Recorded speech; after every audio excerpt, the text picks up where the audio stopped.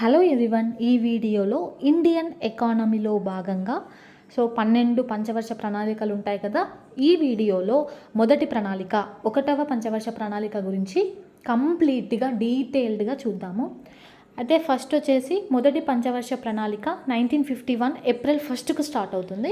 April 1, 1951 to 1956 వరకు ఉంటుందన్నమాట. So 5 years కదా. So 1951 to 1956. దీని యొక్క రూపకర్త ఎవరు అంటే మోక్షగుండం విశ్వేశ్వరయ్య. ఇది అయితే దీని ముందే చెప్పాను, ముందు వీడియోలో ప్రాధాన్యత అంశం ఏంటి అని చెప్పేసి ఈ 12 ప్లానింగ్స్ గురించి ఎక్స్ప్లెయిన్ చేశాను. సో ఇవి ఇప్పుడు ఓన్లీ ఫస్ట్ ప్లానింగ్ గురించి డీటెయిల్గా చూద్దాం, కొంచెం డీటెయిల్గా చూద్దాము. రూపకర్త మోక్షగుండం విశ్వేశ్వరయ్య. ప్రాధాన్యత అంశం దేనికి ఇంపార్టెన్స్ ఇచ్చింది అంటే వ్యవసాయం అనమాట, అగ్రికల్చర్. నెక్స్ట్ వచ్చేసి వృద్ధి నమూనా, ఒక మోడల్ అని చెప్పాను కదా, మోడల్ వచ్చేసి హ్యారెడ్ అండ్ డోమర్ల వృద్ధి నమూనా అనమాట ఇది. నెక్స్ట్ వచ్చేసి వృద్ధి లక్ష్యం అంటే వీళ్ళు ఎంత రీచ్ అవ్వాలనుకున్నారు వృద్ధి రేటు అంటే 2.1% ఇంక్రీజ్ అనుకున్నారు. బట్ ఇక్కడ ఎంత అయిందంటే 3.6 ఇంక్రీజ్ అయిందనమాట. 3.6% ఇంక్రీజ్ అయింది. సో ఇది సక్సెస్ అయిందనమాట. ఈ ప్లాన్ అనేది సక్సెస్ అయింది. ఇక్కడ సాధించిన తలసరి ఆదాయ వృద్ధి రేటు ఏంటి అంటే 1.8% అనమాట. 1.8%. ఇక్కడ ఏంటి అంటే ఈ వృద్ధి లక్ష్యం టార్గెట్ అని చెప్పాను కదా, ఇది గుర్తుపెట్టుకోవాలి. 3.6%. అలాగే తలసరి ఆదాయ వృద్ధి రేటు కూడా మనం గుర్తుపెట్టుకోవాలి. ఫస్ట్ది కదా. సో ఫస్ట్ ప్లానింగ్ పైన ఎక్కువ ఫోకస్ ఉండాలన్నమాట. నెక్స్ట్ వచ్చేసి అంచనా వ్యయం అంటే ఏంటిదంటే ఈ ప్లానింగ్ ఇప్పుడు ఇవి ఇంప్రూవ్మెంట్ చేసుకోవాలి అగ్రికల్చర్లో సంథింగ్ అనుకున్నారు కదా. సో మరి ఎంత ఖర్చు పెట్టాలి, వీళ్ళు ఎంత అంచనా వేశారు అంటే 2099 crores అనుకున్నారు. బట్ ఎంత ఖర్చు అయింది అంటే 1960 crores ఖర్చు అయిందనమాట ఇది. నెక్స్ట్ వచ్చేసి ఇక్కడ నిధుల కేటాయింపు అంటే ఏ రంగానికి ఎంతెంత పర్సంటేజ్ కేటాయించారు, జస్ట్ ఐడియా కోసము. వ్యవసాయం 31%. నెక్స్ట్ వచ్చేసి వ్యవసాయం అండ్ నీటిపారుదల అని చెప్పాలన్నమాట. వ్యవసాయము మరియు నీటిపారుదల 31%. రవాణా సమాచారానికి 27, సాంఘిక సేవలు 22, విద్యుత్తు 13, పరిశ్రమలు 6. సో ఇక్కడ ఏమర్థమవుతుంది మనకి అంటే వ్యవసాయానికి ఎక్కువ ప్రాధాన్యత ఇచ్చారు అని ఇది.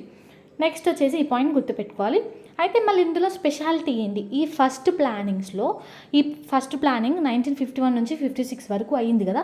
మరి ఇందులో స్పెషాలిటీ ఏంటి, ప్రత్యేకతలు ఏంటి అని చూసుకున్నట్లయితే పేదరికాన్ని తగ్గించాలని అనుకున్నారు, ఆహార ధాన్యాలు ఉత్పత్తిని పెంచడం, నెక్స్ట్ వచ్చేసి ద్రవ్యోల్బణాన్ని నియంత్రించాలని చెప్పేసి. ఇక్కడ ద్రవ్యోల్బణం అంటే ఏంటిదంటే రేట్స్ ఇప్పుడు ఒక ప్రోడక్ట్కి బాగా రేట్ పెరుగుతుంది కదా, రేట్ పెరిగినప్పుడు సో ఆ టైంలో దాన్నే ద్రవ్యోల్బణం అంటారనమాట. సో అది ఒకసారి చూసుకోండి. నెక్స్ట్ వచ్చేసి అక్రమ చొరబాటుదారులను నియంత్రించడం, ఇది స్పెషాలిటీ అనమాట, అంటే మెయిన్ కీ పాయింట్స్. నెక్స్ట్ వచ్చేసి నీటిపారుదల ప్రాజెక్ట్స్. ఈ పంచవర్ష ప్రణాళిక 1951 నుంచి 54 ఈ టైంలో నీటిపారుదల ప్రాజెక్టులు ఏవి స్టార్ట్ చేశారు, వేటి గురించి చేశారని చెప్పేసి ఉంది. ఫస్ట్ దామోదర్ ప్రాజెక్టు వెస్ట్ బెంగాల్లో ఉంటుంది. బాక్రానంగల్ ప్రాజెక్టు హిమాచల్ ప్రదేశ్, హిరాకుడ్ ప్రాజెక్టు ఒడిషా మహానది పైన, నాగార్జున సాగర్ ప్రాజెక్టు తెలుసు కదా, కృష్ణా రివర్. 1955 డిసెంబర్ 10కి శంకుస్థాపన చేశారు నాగార్జున సాగర్ ప్రాజెక్టు. ఈ 4 గుర్తుపెట్టుకోవాలి. నెక్స్ట్ వచ్చేసి పరిశ్రమలు ఇంపార్టెంట్. మరి ఏ పరిశ్రమల్ని స్థాపించారు చూద్దాము. నెక్స్ట్ వచ్చేసి బెంగళూరు నేషనల్ టెలిఫోన్ ఇండస్ట్రీ ఎక్కడ ఉంది అని అడుగుతారనమాట, location. Bengaluru national telephone industry, ఇది కర్ణాటక, ఈజీగానే తెలిసిపోతుంది, నేమ్లోనే ఉంది కదా. నెక్స్ట్ వచ్చేసి చిత్తరంజన్ లోకోమోటివ్ వర్క్స్ అనమాట 1950లో. నెక్స్ట్ వచ్చేసి హిందుస్థాన్ షిప్ యార్డ్ వైజాగ్లో ఉంది 1952లో.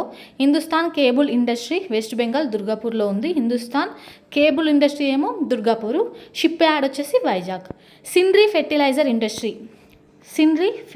Industry Jharkhand.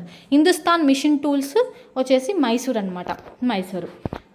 Hindustan machine tools Mysuru, Hindustan cable industry West Bengal Durgapur, Hindustan shipyard వచ్చేసి వైజాగ్, కన్ఫ్యూజ్ అవ్వద్దు.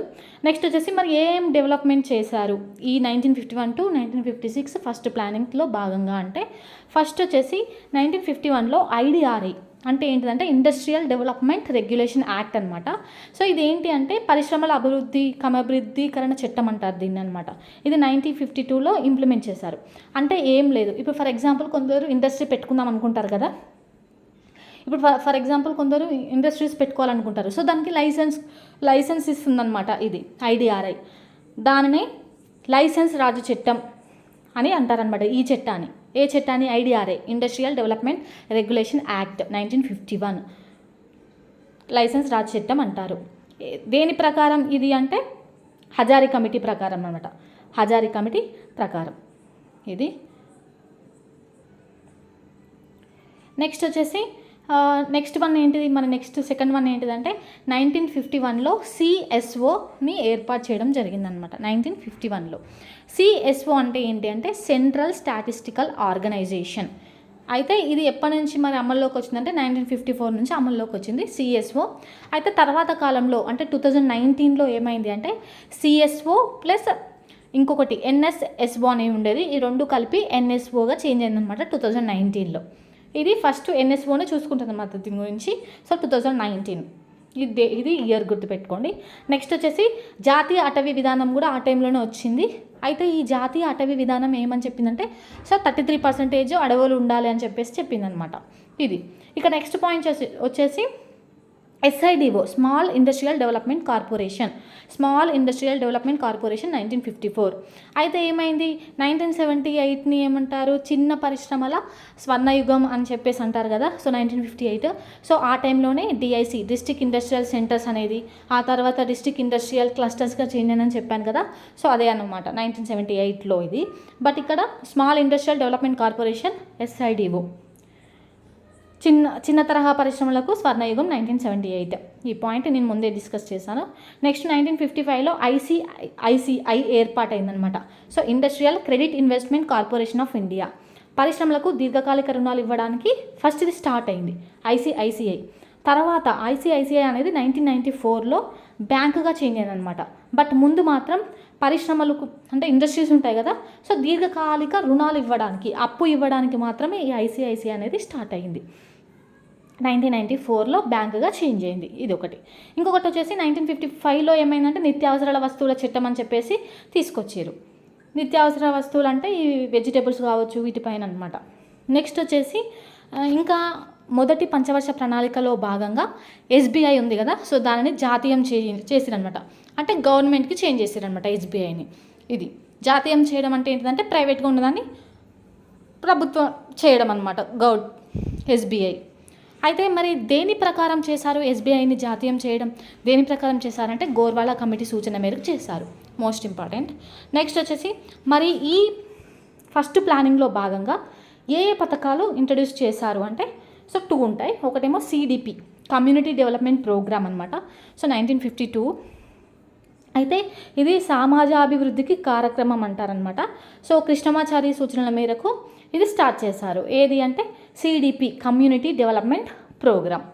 అయితే ఇది దేన్ని ఫోకస్ చేస్తుందంటే విలేజెస్ అనమాట. సో ఇది అయితే 1952లో ఏంటి అంటే సో జాతీయ మలేరియా నివారణ కార్యక్రమం అనేది ఒకటి వచ్చింది ప్రోగ్రాము. సో కుటుంబ నియంత్రణ కార్యక్రమం కూడా ఇందులో భాగమే అనమాట. ఈ జాతీయ మలేరియా నివారణ కార్యక్రమం, ఈ కుటుంబ నియంత్రణ కార్యక్రమం ఎందులో భాగం అంటే కమ్యూనిటీ డెవలప్మెంట్ ప్రోగ్రామ్. ఇది జస్ట్ గుర్తుపెట్టుకోండి. నెక్స్ట్ వచ్చేసి NESS, national extension services scheme. ఇది కూడా మొదటి పంచవర్ష ప్రణాళిక టైంలోనే వచ్చింది. నేషనల్ ఎక్స్టెన్షన్ సర్వీసెస్ స్కీమ్, జాతీయ విస్తరణ సేవా పథకం. ఇవి 2 పథకాలు అనమాట. అయితే మొదటి పంచవర్ష ప్రణాళిక 1951 నుంచి 56 వరకు. రూపకర్త మోక్షగుండం విశ్వేశ్వరయ్య. ప్రాధాన్యత అంశం దేనికి ఇంపార్టెన్స్ ఇచ్చింది? వ్యవసాయానికి. వృద్ధి నమూనా హ్యారెన్ అండ్ డోమర్ల వృద్ధి నమూనా. వృద్ధి లక్ష్యం 2.1% టార్గెట్ పెట్టుకుంటే బట్ రీచ్ అయింది మాత్రం 3.6%. సో ఇది ఈ ప్లాన్ అనేది సక్సెస్ అయ్యింది. సాధించిన తలసరి ఆదాయ వృద్ధి రేటు 1.8% అనమాట. అంచనా వ్యయం, సో వాస్తవ వ్యయం. ఇక్కడ ఏంటి అంటే అంచనా వ్యయం కన్నా వాస్తవ వ్యయం తక్కువగా ఉంది. ఇట్లా స్టేట్మెంట్ వైజ్గా మనం చూసుకోవాలి. నెక్స్ట్ వచ్చేసి మరి దేనికి ఎక్కువ నిధులు కేటాయించాలంటే వ్యవసాయానికి, ఆ తర్వాత రవాణా సమాచారం అనమాట. ఇలా నెక్స్ట్ వచ్చేసి పేదరికాన్ని తగ్గించాలని చెప్పేసి ఆహార ధాన్యాల ఉత్పత్తిని పెంచడం, ద్రవ్యోల్బణాన్ని నియంత్రించడం, అక్రమ చొరబాటుదారులను నియంత్రించడం దీని యొక్క స్పెషాలిటీ. నెక్స్ట్ వచ్చేసి నీటిపారుదల ప్రాజెక్టులు, Damodaram project, Bhakra Nangal, Hirakud project, Nagarjuna Sagar project location చూసుకోవాలి. పరిశ్రమలు సేమ్ ఇది కూడా important. Chittaranjan locomotive works, so Hindustan ship yard Vizag, Hindustan cable industry West Bengal Durgapur, Sindri fertiliser industry Jharkhand, Hindustan machine tools Mysuru. ఇది డెవలప్మెంట్స్ ఏం చేశారంటే IDRI తీసుకొచ్చారు, ఇండస్ట్రియల్ డెవలప్మెంట్ రెగ్యులేషన్ యాక్ట్ అనమాట. సో ఇది ఏంటి అంటే లైసెన్స్ ఇవ్వడం కోసము. ఒక కంపెనీనన్నా ఒక ఇండస్ట్రీని స్టార్ట్ చేయాలంటే ఒక లైసెన్స్ ఉండాలి కదా. సో ఆ లైసెన్స్ ఉంటేనే మనం అది స్టార్ట్ చేయగలుగుతాం. సో ఆ లైసెన్స్ తీసుకొచ్చిన చట్టమే IDRI అనమాట, పరిశ్రమల అభివృద్ధి క్రమబద్ధీకరణ చట్టము. దీనినే లైసెన్స్ రాజ్ చట్టం అంటారు. ఆజారీ కమిటీ సూచనల మేరకు ఇది చేయడం జరిగింది. నెక్స్ట్ వచ్చేసి CSO ఏర్పాటు. నెక్స్ట్ వచ్చేసి స్మాల్ ఇండస్ట్రియల్ డెవలప్మెంట్ కార్పొరేషన్ వచ్చింది. నెక్స్ట్ ICICI ఏర్పాటైంది. తర్వాత 1994లో బ్యాంకుగా చేంజ్ అనమాట ICICI ఎందుకు స్టార్ట్ అయింది అంటే పరిశ్రమలకు అప్పు ఇవ్వడానికి, దీర్ఘకాలిక రుణాలు ఇవ్వడానికి. నెక్స్ట్ వచ్చేసి నిత్యావసర వస్తువుల చట్టం కావచ్చు, SBIని జాతీయం చేయడం, ఇవన్నీ ఇంపార్టెంట్. పథకాలు CDP కమ్యూనిటీ డెవలప్మెంట్ ప్రోగ్రామ్ ఒకటి, next national extension services scheme ఒకటి. ఇది మొత్తం మొదటి పంచవర్ష ప్రణాళిక గురించి అనమాట. ఏవైనా పాయింట్స్ మిస్ అయినట్లయితే మీరు కమెంట్స్ చేయండి. Thank you for watching.